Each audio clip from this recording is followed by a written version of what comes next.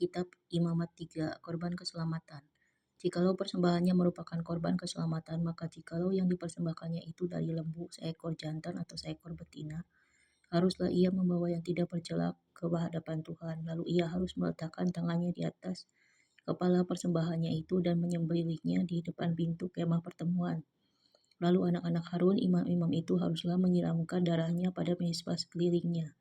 Kemudian dari korban keselamatan itu ia harus mempersembahkan lemak yang menyelubungi isi perut dan segala lemak yang melekat pada isi perut itu sebagai korban api-apian bagi Tuhan.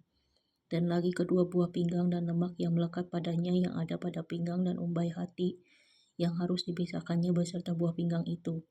Anak-anak Harun harus membakarnya di atas mezbah, yakni di atas korban bakaran yang sedang dibakar di atas api, sebagai korban api-apian yang baunya menyenangkan bagi Tuhan. Jikalau persembahannya itu untuk korban keselamatan bagi Tuhan adalah dari kambing domba, seekor jantan atau seekor betina, haruslah ia mempersembahkan yang tidak bercela. Jikalau ia mempersembahkan seekor domba sebagai persembahannya, ia harus membawanya ke hadapan Tuhan. Lalu ia harus meletakkan tangannya ke atas kepala persembahannya itu dan menyembelihnya di depan kemah pertemuan. Lalu anak-anak Harun harus menyiramkan darahnya pada mezbah sekelilingnya. Kemudian dari korban keselamatan itu ia harus mempersembahkan lemaknya sebagai korban api-apian bagi Tuhan, yakni segenap ekornya yang berlemak yang harus dipotong dekat pada tulang belakang dan lemak yang menyelubungi isi perut dan segala lemak yang melekat pada isi perut itu, dan lagi kedua buah pinggang dan lemak yang melekat padanya yang ada pada pinggang dan umbai hati yang harus dipisahkannya beserta buah pinggang itu.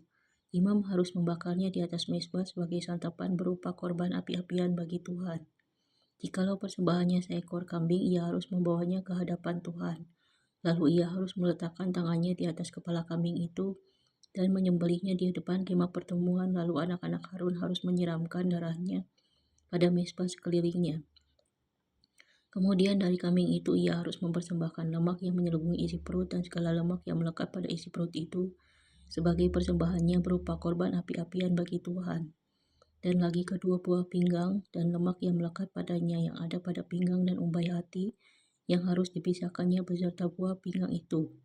Imam harus membakar semuanya itu di atas mezbah sebagai santapan berupa korban api-apian menjadi bau yang menyenangkan. Segala lemak adalah kepunyaan Tuhan. Inilah suatu ketetapan untuk selamanya bagi kamu turun-temurun di segala tempat kediamanmu. Janganlah sekali-kali kamu makan lemak dan darah. Kesimpulannya, melalui korban keselamatan, Tuhan menunjukkan bahwa hubungan dengannya bukan hanya tentang pengampunan dosa, tetapi juga tentang hidup dalam damai dan persekutuan dengan Tuhan.